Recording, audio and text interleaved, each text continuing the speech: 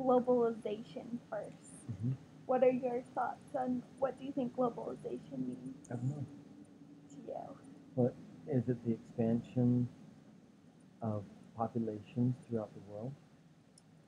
Yeah, and how much a country is like developed. Mm-hmm. Like there's a big difference between like New York and Ethiopia because it's more developed Mm-hmm. here and they don't have as many resources In as Ethiopia. in Ethiopia. Mm-hmm. So there's three different levels. There's class 1, 2, and 3, Okay. and so global or yeah, globalization 1 is um, was started in 1492, and When then Columbus sailed the ocean blue. yes, and then until like 1880, and then so the stages that the world was at then. And there's not a lot of places that you can find today are in level 1. And then level 2 was from 1880 to I think 2000. Mm-hmm. Yeah, 2000. And then 3 is 2000 until now. So like where we live in Salt Lake is level 3, but in Ethiopia is level 2 still because they're not as Developed. developed. Okay. Does that make sense? Yes, it does. Okay. So the next. Does that mean it's gone? Oh no, no, we're fine. Okay, so the next thing is the Millennial Developmental Goals, Uh-huh. and so do you know anything about that? No. Okay, so the Millennium Developmental Goals are goals that each country has, um, things that they want to work on. Um, I don't know about much like other countries than Ethiopia, but in my video, do you remember there was like I talked about mortality and like women empowerment Mm-hmm. and Yeah. and like health and like education. So those are like goals, things that will make the country a better place. Okay. And so like Ethiopia has made some progress, but they haven't made like I mean it's not completely up to date. Mm-hmm. That makes sense. Yeah. You got room to grow. Yeah. Room to grow. Yes. And develop. Okay. So Millennium. that's Millennium Developmental Goals. Okay. And I think, you know, as long as countries keep with their, it's called MDG, Millennial Developmental Goals, they keep up that, they will become more successful and more successful than they've been, um, and for the future, I think for countries that are still developing, I think just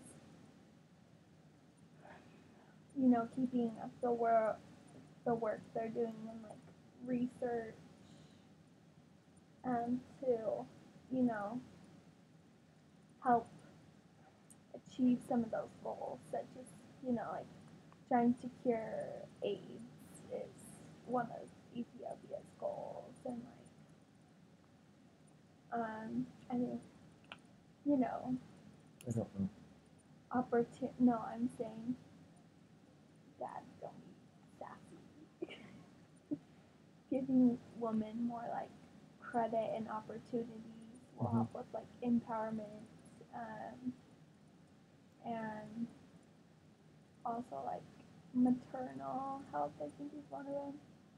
So just like having women more educated as far as, like taking care of their kids and taking care of themselves. Okay. I think they can be more successful in the future.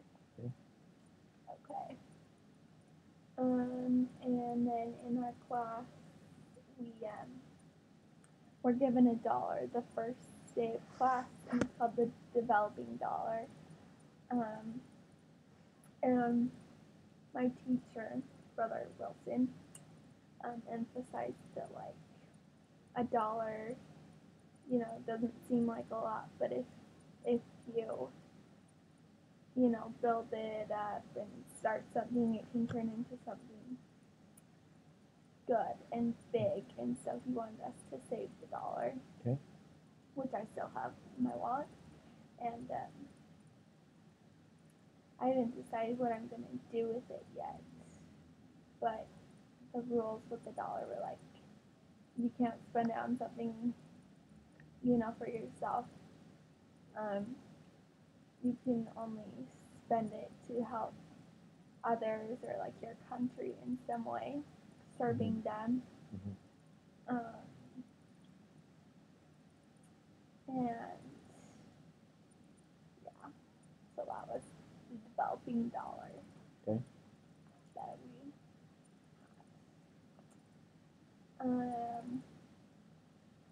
okay, I have a question for you.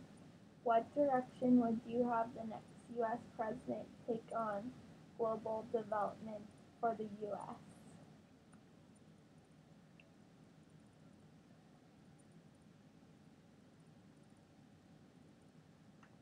Well, a lot of, I mean,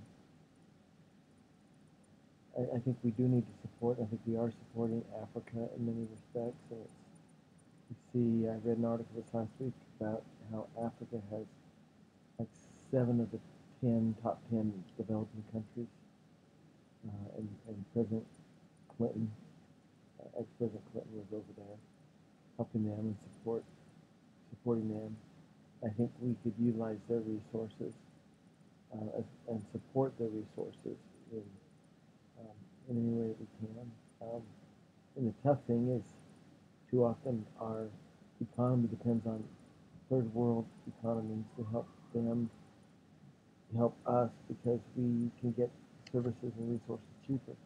Yeah. But in many respects, it's good for the short term, but in the long term, it eventually takes over opportunities that we have within our own country. I don't know the answer to that one. Do you think that President Obama right now is helping take on global development? What are your thoughts on that? I don't think so. I don't get the impression that he is as involved as others are. Or others have been? Or others have been, yeah. I think President Clinton does a lot more than, and Bush have done a lot more for globalization and supporting developing countries than I think President Obama has. But that's my opinion. Gotcha. Well, I'm asking for your opinion. There you go. Okay. Then the last question. What innovations in your field would be most beneficial to your adopted country? Web-based communications, marketing, technologies, getting into the homes so they can utilize web-based. I think broadcasting perhaps a little bit, but I think especially now it's web-based. Mobile, the smartphones, Yeah. developing marketing plans and ideas that will help these developing countries. Yeah. In my field, Mm-hmm. since I'm doing, not marketing and communications, Mm-hmm. would having like people more educated in their health and more resources and available, Mhm. medical being more available to them, and also having like good health care and being more educated about taking care of themselves. Okay. Good. Is there anything else you want to talk No, about? it's good. How are you doing? You doing okay? Yes. Okay, good. No, thank you. This is a good discussion.